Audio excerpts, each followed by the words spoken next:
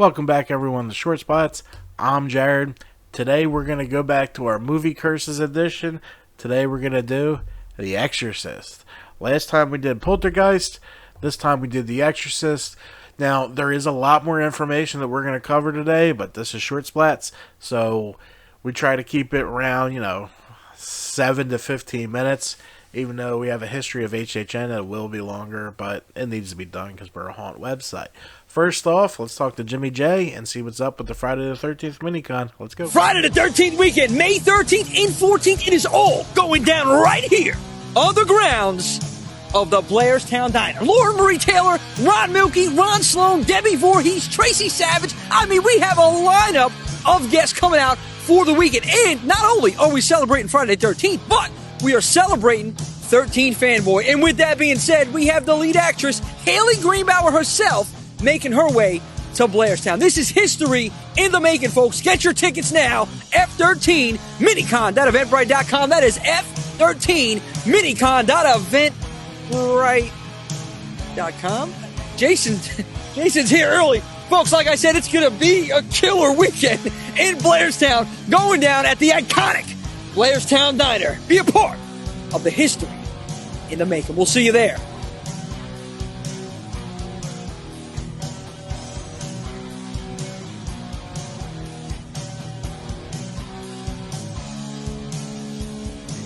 Alright, that was Jimmy J and the Friday the 13th minicon. May 13th and 14th. Buy your tickets now. Next up, we have some haunts open for halfway to Halloween and Friday the 13th. Next is Field of Screams, open May 13th and 14th. Buy your tickets now. You get the 14th free. Let's go.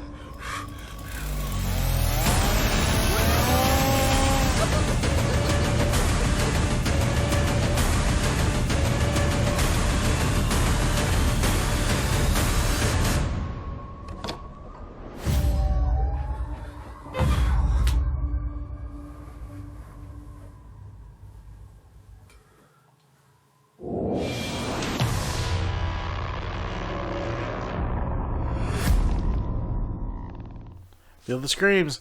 Maybe I'll talk to Terry about doing both Brighton Field and the minicon. We'll see. It's going to be kind of hard.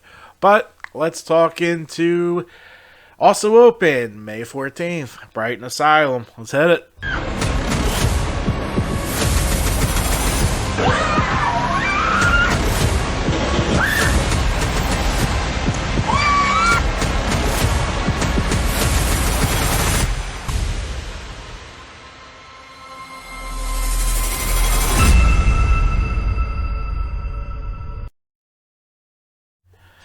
Man, I'm looking forward to getting in there. We're filming this in March 25th, so I got about 3 weeks to get in there. That's alright, though. We got stuff going. No, longer than that. I'm tripping. About 5 weeks.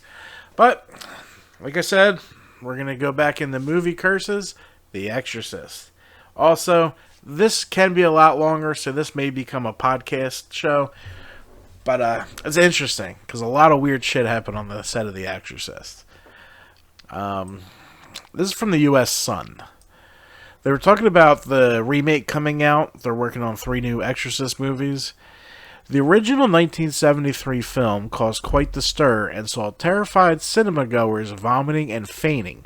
One woman even broke her jaw after she passed out. One thing director David Gordon Green, who headed the Halloween reboots, will hope to avoid is the series of unfortunate events that followed the first Exorcist. Like, I don't hate this guy, but why are we using this guy for The Exorcist. I mean, there's better people out there. Let's get James Wan on this. Let's get John Carpenter on this. I mean, the Halloween reboots are crap. They're not crap. 2018 was okay. Halloween Kills was terrible. So, I mean, I don't need a woke Exorcist. If you're going to do that, just leave it the hell alone. Several surprising incidents led to claims that the film was cursed. And after deaths, a freak fire, and injuries on set, many would agree. The deaths of at least 4 people, but as I've been reading more, there's close to 9 people. So like I said, we may do a full episode on this. Have been linked to the film, and some believe this is the proof of The Exorcist cursed. They include Jack McGoran, who played the eccentric film director Burke Dennings, and in the film he was killed by demon-plagued Regan. His character was attacked by the possessed child, who used her superhuman strength to break his neck and then flung him out the bedroom window. Ahead of the film's release, Jack tragically died from complications related to influenza, which he caught during the London flu epidemic in 1973. Jack McGoran died before the film was released of complications related to influenza. Why did they write it twice? Vasiliki Maleros, who played Father Damien Karras' mother, also passed away that same year before The Exorcist hit the big screen. She was older, though.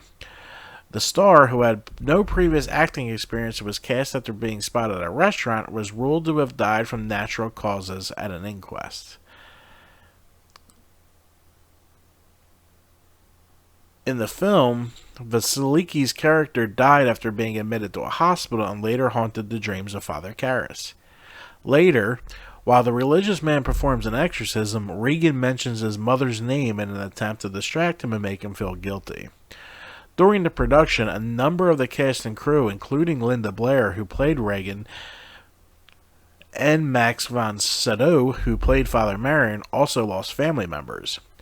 Not only that, the son of Jason Miller, who played Father Karras, had a near-fatal motorcycle accident during filming. Vasiliki Maleros, who played Father Karras, why do they keep putting that in there? Freak fire. The Exorcist was faced with multiple production delays, but the most notable was one that happened early on into the production. The set for Reagan's family home burned down in 1972 after a bird flew into a circuit box. Talk about fucking random. Eerily, the only part of the set that survived was the bedroom where the exorcism would take place. Film historian Sarah Croth told iNews this set production back significantly and led to a draining shooting period of over a year.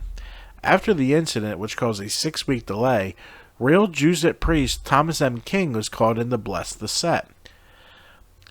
Ellen Burstyn, who played concerned mom Chris McNeil, suffered a spinal injury while being hoisted around on a harness.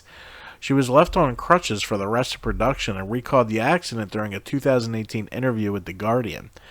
Ellen Burstyn and Lyndon Blair both claimed to have suffered back injuries on set. Ellen told William Friedkin, the film's director, that a crew member was pulling me too hard, but she claimed he dismissed her concerns. She recalled, Billy said, "Well, it has to look real." I said, "I know, it has to look real, but I'm telling you, I'm going to get hurt." The actress alleged that the director made a signal and the cameraman smashed me on the floor after her complaint. I was screaming at the top of my lungs. Through my screams, I said, "Turn the fucking camera off," she said. Wow. Mr. Friedkin rejects Ellen's claim and said, "I'm sure she was hurt by the fall. You fall on your backside, it's going to hurt," but she wasn't injured. What a dick. Linda also claimed there was poor rigging and it contributed to her developing scoliosis in an USA Today interview. I don't know about all that. The actress said the moment she fractured her lower spine was actually the footage in the movie. Horror movies lovers flocked to watch The Exorcist when it came out in 1973. On the TV show Cursed Films, she said, "In this particular take, the lacing came loose. I'm crying, I'm screaming, they think I'm acting up a storm. It fractured my lower spine." Linda went on to suffer injuries on film sets too, including a motorcycle accident and multiple falls from horses. The Exorcist was released in 1973, but it seems claims of the curse weren't going to die down. During one screening in Rome, it was reported that a bolt of lightning struck a church opposite the cinema. In America, one woman passed out and broke her jaw and later sued Warner Brothers for an undisclosed sum. I can't stand that. Meanwhile, in the UK, it was reported that St. John's ambulance staff attended screenings to help distressed cinema goers. Claims about the curse continue to this day, and I don't know. The poltergeist was definitely a hoax, but a bird into a circuit box? That seems kind of fucking weird to me. There's other curses on movie sets. We'll see what one we come up with next. But I'm Jared. This has been Short Splats. I'm out.